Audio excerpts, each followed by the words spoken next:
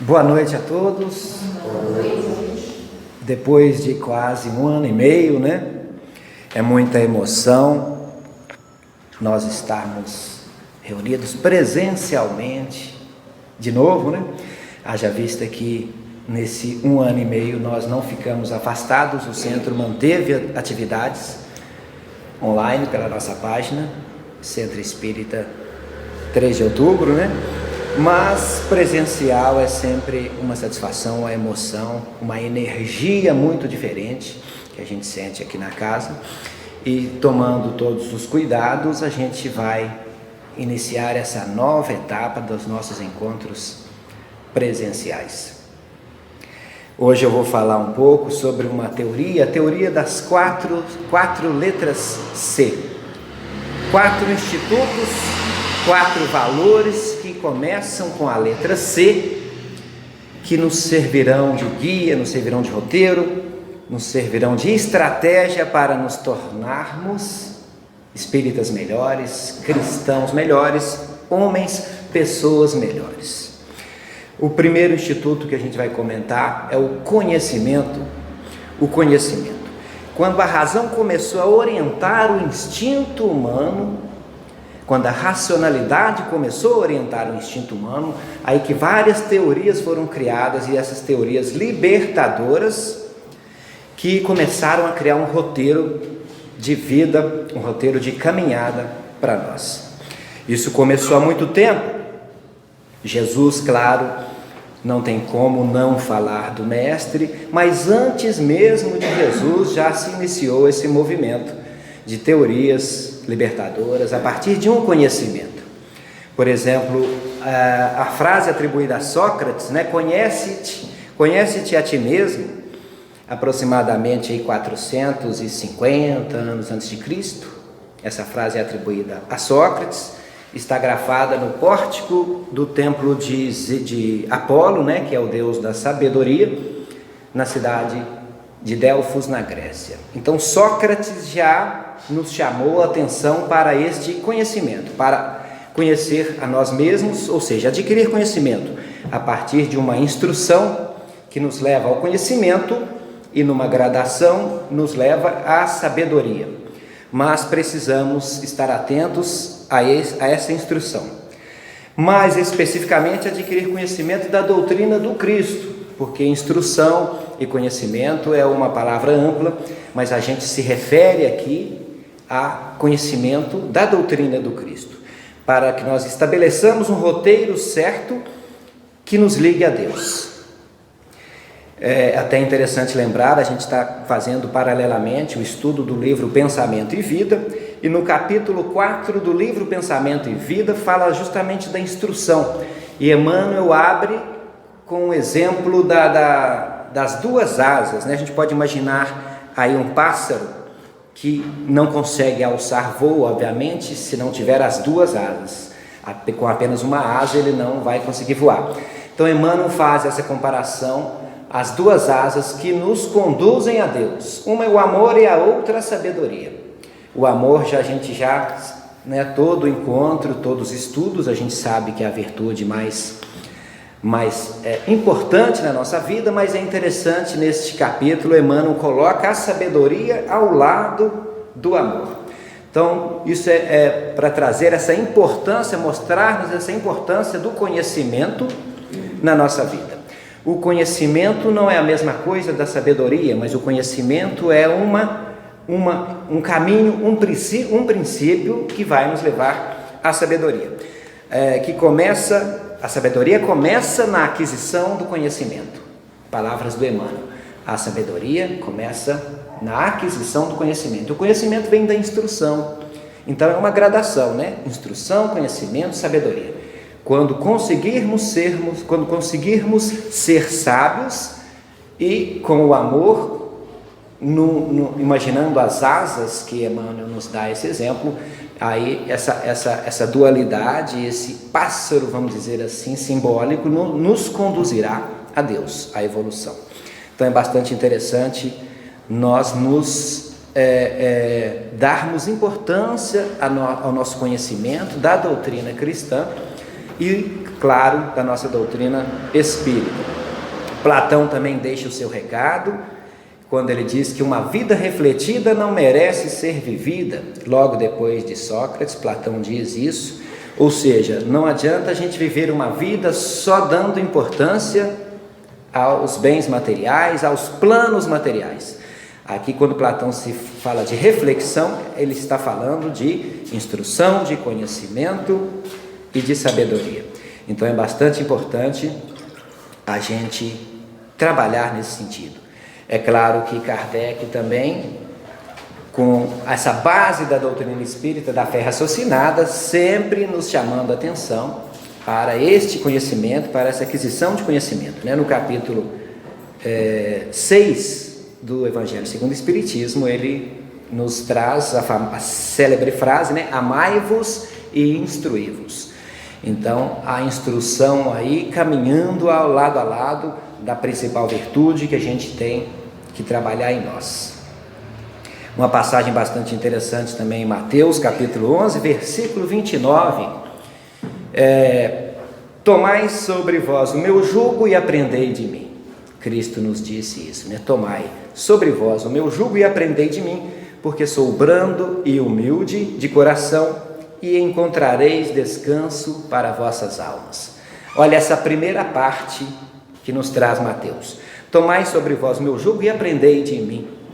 Quando Cristo diz isso, tomai sobre vós o meu jugo, jugo não no sentido daquela submissão, ou até mesmo da origem da palavra, que era um aparelho de madeira para aparear o gado, os bois.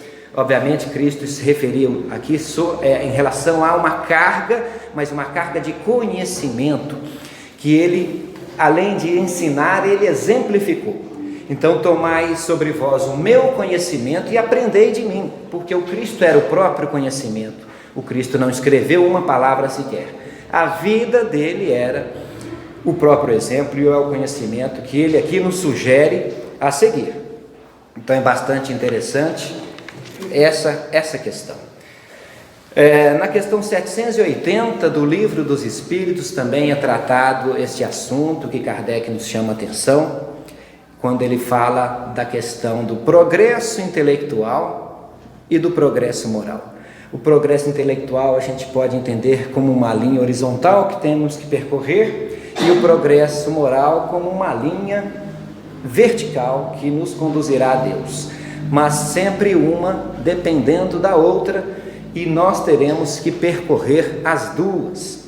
A ordem nem sempre é igual para todos, mas segundo Kardec, geralmente o progresso intelectual vem antes do moral e conduz o homem ao progresso moral.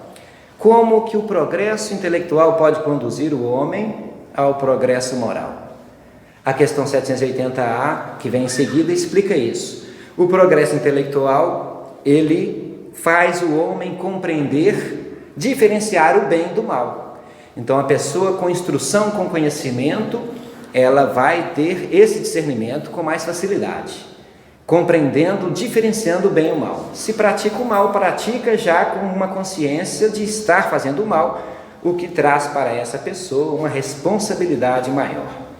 Então, a partir do momento que a gente adquire esse conhecimento, esse progresso intelectual, o progresso moral vai ser facilitado, vai ser algo que virá com mais naturalidade.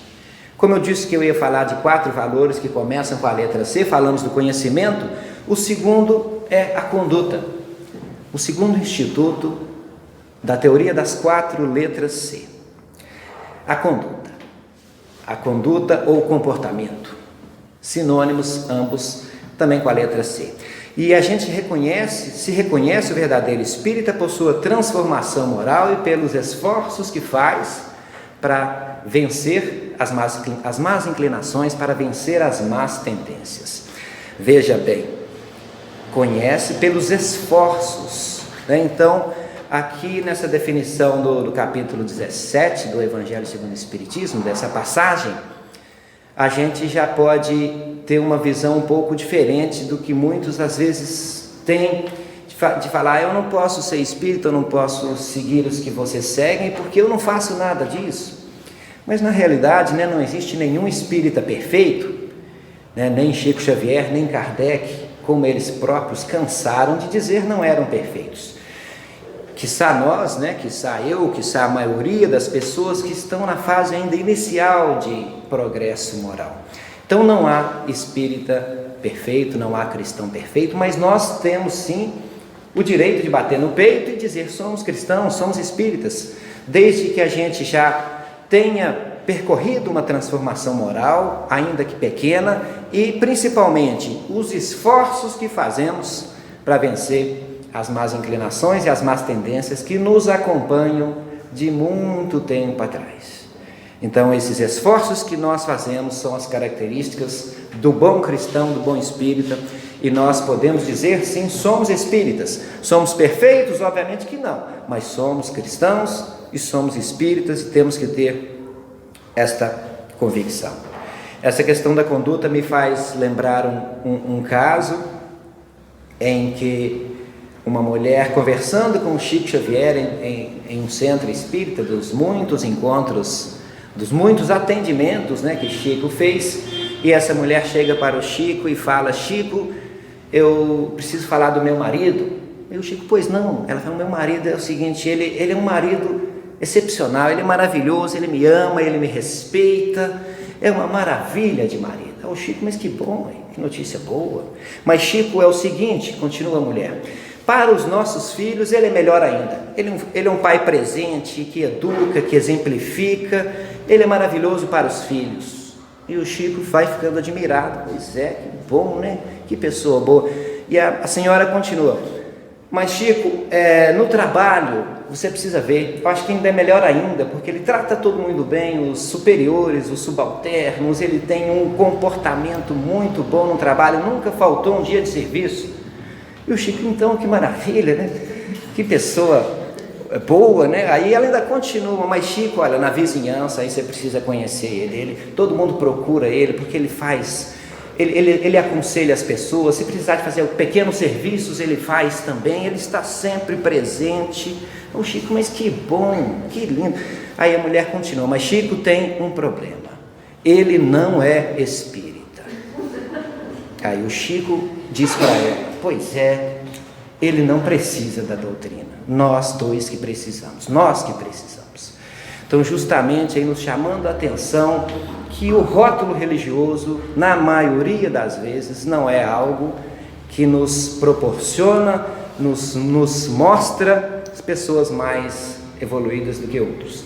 É claro que o conhecimento, como acabamos de dizer, ajuda, é importante, mas se não tiver o comportamento adequado, estaremos aí travados na nossa caminhada, na nossa jornada evolutiva. Então é bastante interessante, né, este exemplo que ilustra. Tem outro exemplo que me lembro também, que vai ilustrar essa questão. Um jovem palestrante que sempre ministrava palestras na sua cidade e sempre chamava atenção que tinha sempre um velhinho na primeira cadeira que sempre acompanhava essas palestras. E ele ia para outros centros, esse velhinho estava também na primeira fila. O jovem palestrante teve até alguns pensamentos não muito cristãos, achando esse velhinho deve ser palestrante também. Eu acho que ele está assistindo minhas palestras para copiar minhas palestras, alguma coisa assim e tal. E aí ficou encucado com aquilo. Esse velhinho, de repente, ele parou de ir, porque ele desencarnou. E coincidentemente, alguns meses depois, esse jovem palestrante, muito jovem por uma doença rara, também desencarna. E ele não tinha um comportamento adequado, esse jovem palestrante, e ele vai para um lugar lamacento, escuro, que quem assistiu o nosso lar vai se identificar com aqueles 8 anos que André Luiz passou lá, que seria o nosso umbral. E o jovem palestrante fica mais revoltado ainda. Eu, um palestrante no umbral, não conheço a codificação do Kardec, já li quase que todos os 500 livros do Chico Xavier e estou no umbral. E para a maior surpresa dele, depois de alguns anos, ele consegue tirar esse rancor do peito, essa revolta, e quando ele consegue uma prece sincera, ele vai ser atendido e percebe que 3 entidades mais ou menos luminosas, porque as entidades quando vão para o umbral têm que diminuir um pouquinho aquela luminosidade, e estrategicamente ele percebe que 3 espíritos vão buscá-lo, e ele olha para um deles, não era que era o velhinho que assistia às palestras? Aí ele fala para ele, mas eu que ministrava as palestras, o que você fez para estar numa situação dessa e eu aqui? E o velhinho responde para ele, eu adorava as suas palestras mesmo e eu segui o que você pedia para a gente seguir. Tudo que você falava eu segui. Então, essa é a questão. É claro que a história é apenas didática, não é assim que aconteceu, mas serve para a gente entender mais ainda como esse comportamento cristão, essa conduta cristã é importante para nós, principalmente para nós que já temos algum conhecimento da doutrina do Cristo, da doutrina espírita. Este colocar em prática é bastante importante. Então falamos do conhecimento, do comportamento, um terceiro instituto, um terceiro valor para a gente refletir é o comprometimento. O comprometimento é algo que a gente precisa ter com a doutrina cristã. Se já adquirimos conhecimentos, se já procuramos ter um comportamento adequado com aquilo que a gente aprendeu, a gente precisa também de um comprometimento, existência de um interesse pelo que a gente está fazendo. Essa é uma definição, vamos dizer assim, denotativa do dicionário sobre o que é comprometimento. É a existência de um interesse pelaquilo que eu faço. Será que nós estamos tendo interesse, esse comprometimento com a doutrina, com os ensinamentos do Cristo? Isso me faz lembrar um caso interessante. Eu tenho aí aproximadamente 36 anos de doutrina espírita e eu estava com 18 anos quando eu tive meu primeiro contato com a doutrina espírita. E morava em São Paulo, trabalhava lá e estava empolgado com a doutrina, e voltando para a casa de metrô percebo que tinha uma jovem lendo o livro Laços Eternos da Zíbia Gasparetto, psicografado por Lúcius.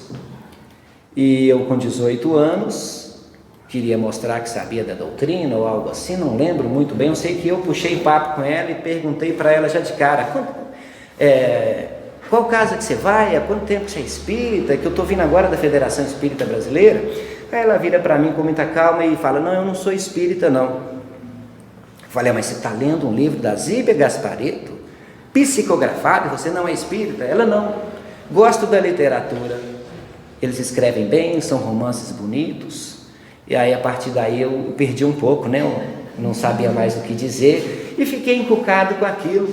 E depois de muitos anos que eu fui entender a diferença de simpatizante com a doutrina espírita e comprometidos com a doutrina espírita. Essa moça, no meu exemplo, ela era uma simpatizante declaradamente da doutrina espírita, uma admiradora, envolvida com a doutrina espírita, mas não comprometida com a doutrina espírita. E nós? Será que nós somos comprometidos com a doutrina espírita ou apenas simpatizantes? Eu, por exemplo, com 36 anos, será que eu ainda estou no prazo de ser apenas um simpatizante? Eu preciso ser um comprometido com a doutrina espírita. Então estamos lutando para ser comprometidos com a doutrina espírita e não ser apenas admiradores, simpatizantes, envolvidos. Nós não podemos estar na estatística que dizem que são 10% da população brasileira de simpatizante, que seria hoje com 213 milhões, 21 milhões de simpatizantes, e 3,3 em 2020, pelo censo de comprometidos com a doutrina, aqueles que se dizem espíritas, seriam em torno de 7 milhões. Então a gente precisa mudar isso, Muita gente aí que ainda se considera só envolvida, não tem nenhum comprometimento com as tarefas, com os estudos, de adquirir conhecimento, de mudar o comportamento. Então, o conhecimento, o comportamento e agora o comprometimento são escalas, é uma gradação que a gente precisa ter todos esses para o nosso próprio bem, para a nossa evolução, para a nossa caminhada. Esse comprometimento, como que ele é feito, esse comprometimento com a doutrina, esse comprometimento com Deus, com as leis divinas? Como que a gente faz isso? A questão 621 do Livro dos Espíritos pergunta, né? Kardec pergunta e os Espíritos respondem: onde está escrita a lei de Deus? Qual seria a resposta? Será que é na Bíblia? Onde está escrita a lei de Deus? Na Bíblia não está escrito a lei de Deus. Na Bíblia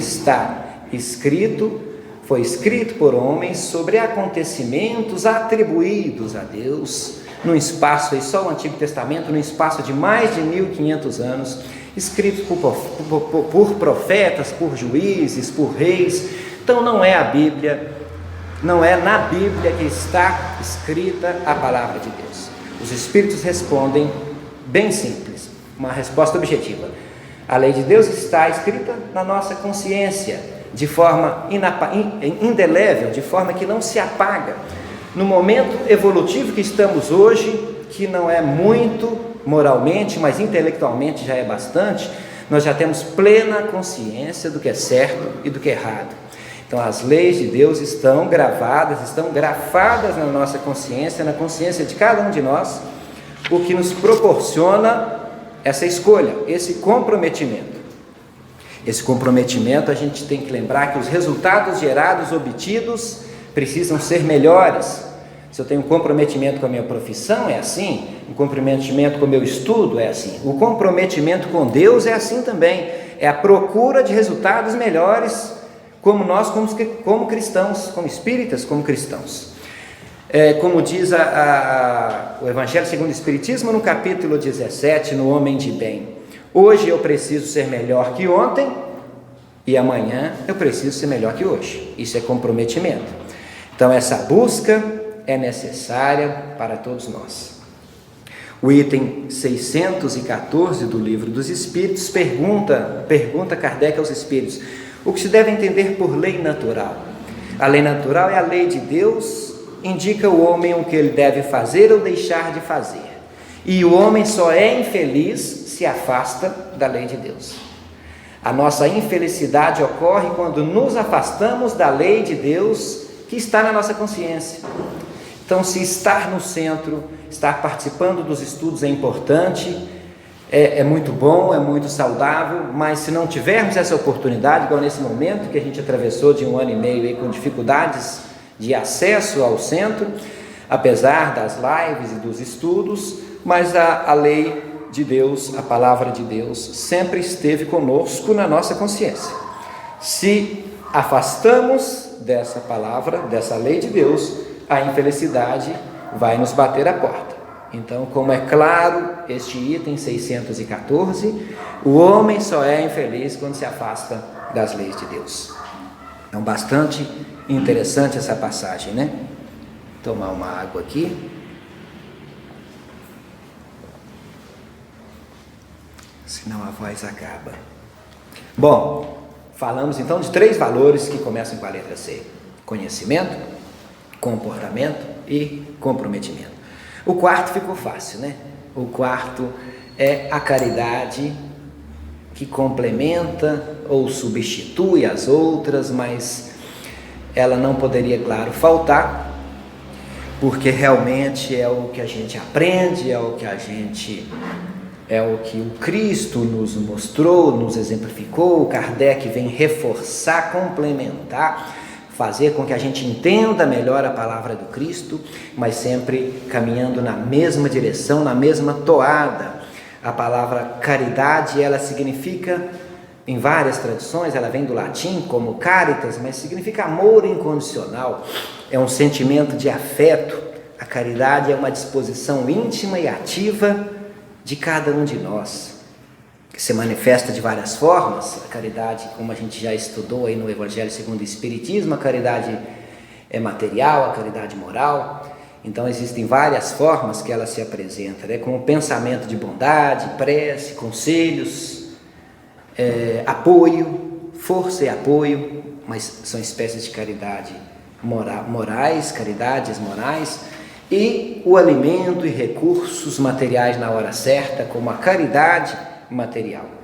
Mas tanto caridade material e moral, como nós sabemos, se ela não for natural, desinteressada, ela vai perder totalmente a característica de caridade. Como diz Kardec, a caridade se manifesta no ardor natural do coração, desinteressadamente. Se houver algum interesse, a gente vai ver que pode ser outras coisas, até um ato beneficente, generosidade, filantropia, mas não será a virtuosa caridade. A caridade, como pressuposto inafastável, é desinteresse naquilo que a gente faz, naquele bem que a gente faz. Então não tem como a gente, falando de caridade, não falar da questão 886 do Livro dos Espíritos, que todos nós conhecemos, a caridade como entendia Jesus, que aliás eu acho que é a única pergunta em que Kardec pede aos benfeitores espirituais a própria definição do mestre.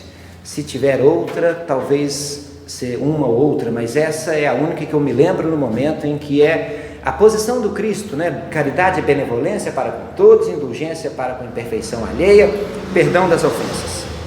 Então Cristo, através dos Espíritos, nos dá essa definição perfeita de caridade. Caridade como benevolência para com todos. E o que é a benevolência? A benevolência é desejar o bem intimamente. Aí nós podemos, para complementar esse entendimento, o Cosme Máximo espírita, muito conceituado e respeitado, ele diferencia para nós a beneficência da benevolência. Um ato beneficente nem sempre é um ato benevolente. O ato beneficente é a ação no bem. A benevolência é desejar a ação no bem.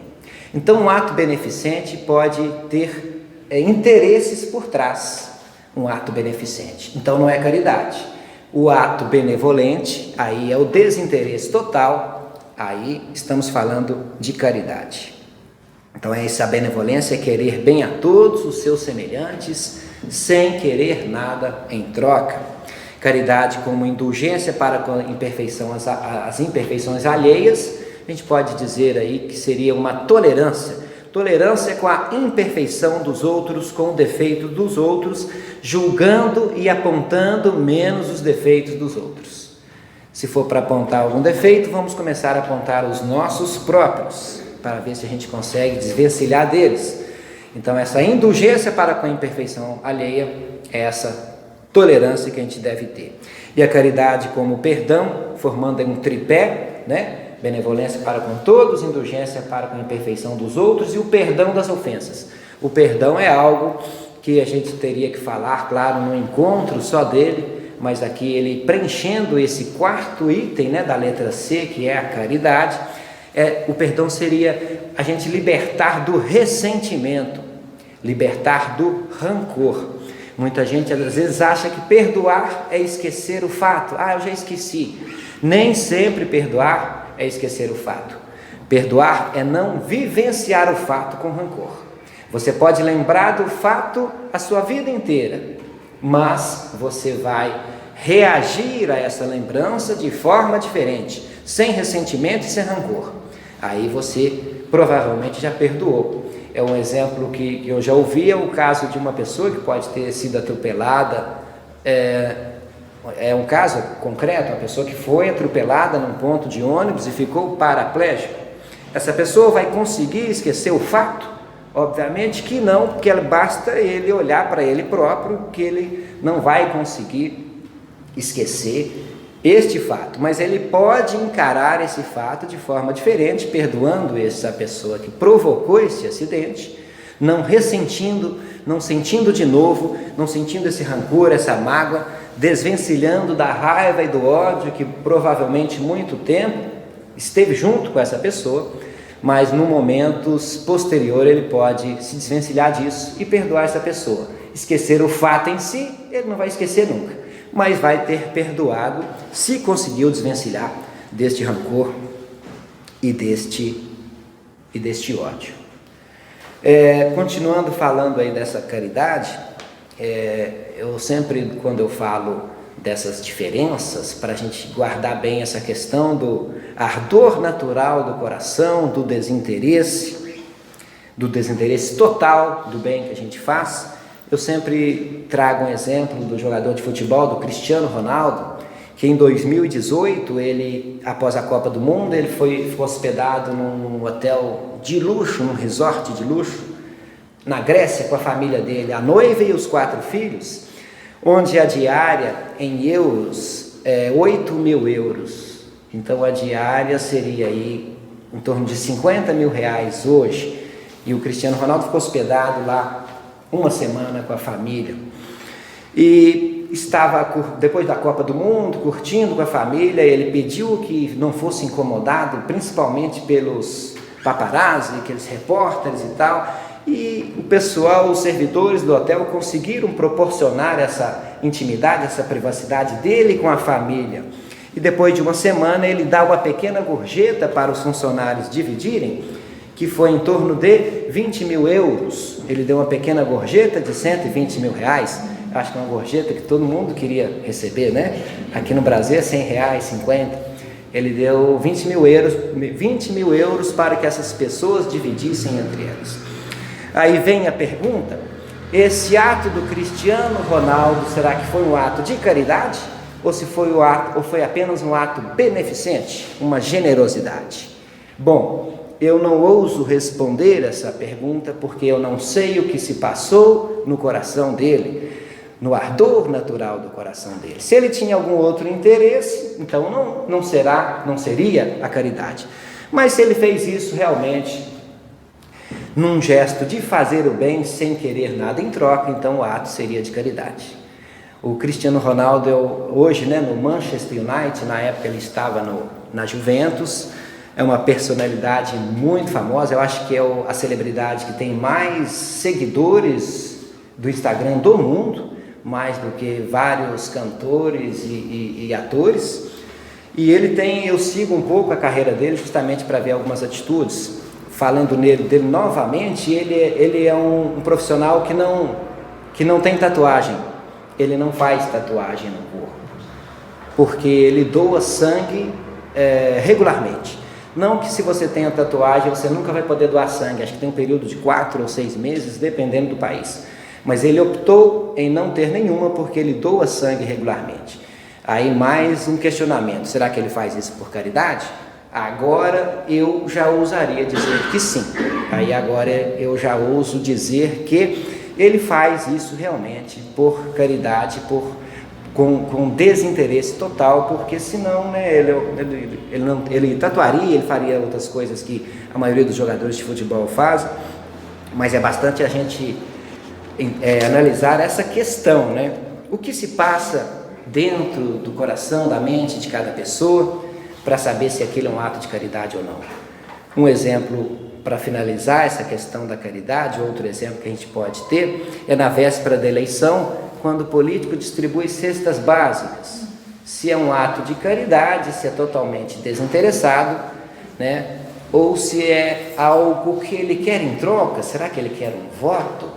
Então aí cabe a cada um de nós essa reflexão. Não vou dizer que no Brasil acontece isso, mas em outros países, geralmente, eles fazem isso esperando um voto, porque é só 3 meses antes da eleição que distribuem cestas básicas. Então, se essa pessoa faz isso com esse interesse escuso, esse interesse camuflado, obviamente é um ato beneficente, porque faz bem a uma família, mas longe de ser caridade, longe de ser virtude. Porque a caridade é a virtude por excelência, é um tipo de virtude, é a principal virtude, onde o desinteresse, onde o ardor natural do coração, o ardor aí como entusiasmo, como essa intensidade natural do coração, são pré-requisitos, são características indispensáveis da caridade. Então, virtude sem pensamento oculto é caridade. Virtude com pensamento oculto, ela até deixa de ser virtude, e passa a ser apenas um ato beneficente, uma filantropia, alguma coisa assim, que já é um bom começo, mas um dia, a partir dessa aquisição de cada um de nós, desse desinteresse, a gente tendo a consciência de fazer o bem pelo bem, Aí começamos a aprender, a entender, né, o que é a caridade. Lembrando aí do capítulo 15 do Evangelho segundo o Espiritismo, fora da caridade não há salvação, né? Podemos entender aí essa salvação não como a gente aprendeu, eu, por exemplo, como aprendi quando criança, que é ser salvo e ir para o céu, mas vamos entender essa salvação como um salto evolutivo. Então, sem a caridade, a gente fica estagnado, parado como espírito. Então, fora da caridade não há salvação, significa que fora da caridade ficamos parados na nossa jornada evolutiva. Então, deixei a caridade por último desses 4 institutos que começam com a letra C, que servem para criar um roteiro seguro para nós, e por ser, obviamente, a caridade a mais importante.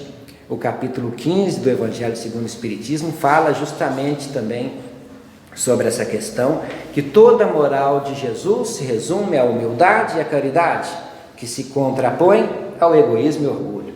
Então, se nós ainda temos em nós orgulho e egoísmo, nós estamos ofuscando a humildade e a caridade.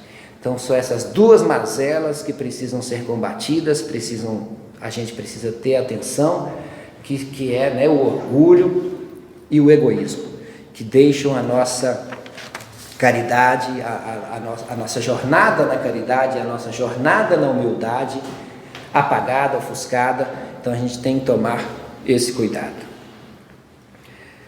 No capítulo 17 do Evangelho segundo o Espiritismo, Sede Perfeitos, tem uma passagem também que vai nos esclarecer sobre esta caridade, né? O homem penetrado no sentimento de caridade e de amor ao próximo faz o bem pelo bem. Então olha que interessante que o Kardec nos traz aqui.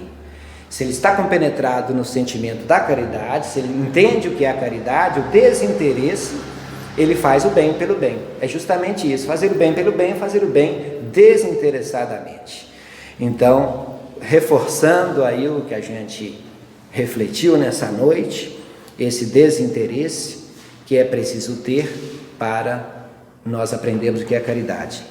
Esse palestrante, o Cosme Massi, ele ainda fala o seguinte: mas se a gente não consegue ainda fazer tudo desinteressadamente, é claro que essa generosidade, os atos beneficentes, servem já como um início, um bom começo para todos nós, para que a gente possa um dia fazer o bem pelo bem.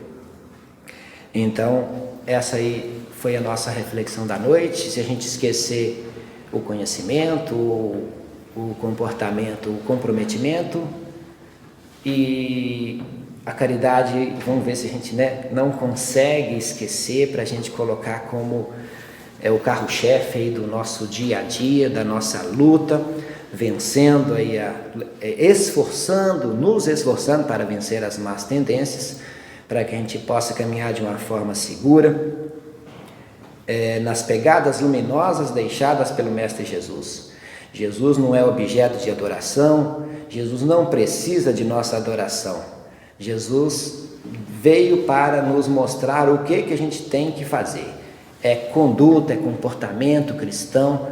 Então, dizer que aceita Jesus, que adora Jesus, eu nem sei se Jesus vai estar muito preocupado com isso.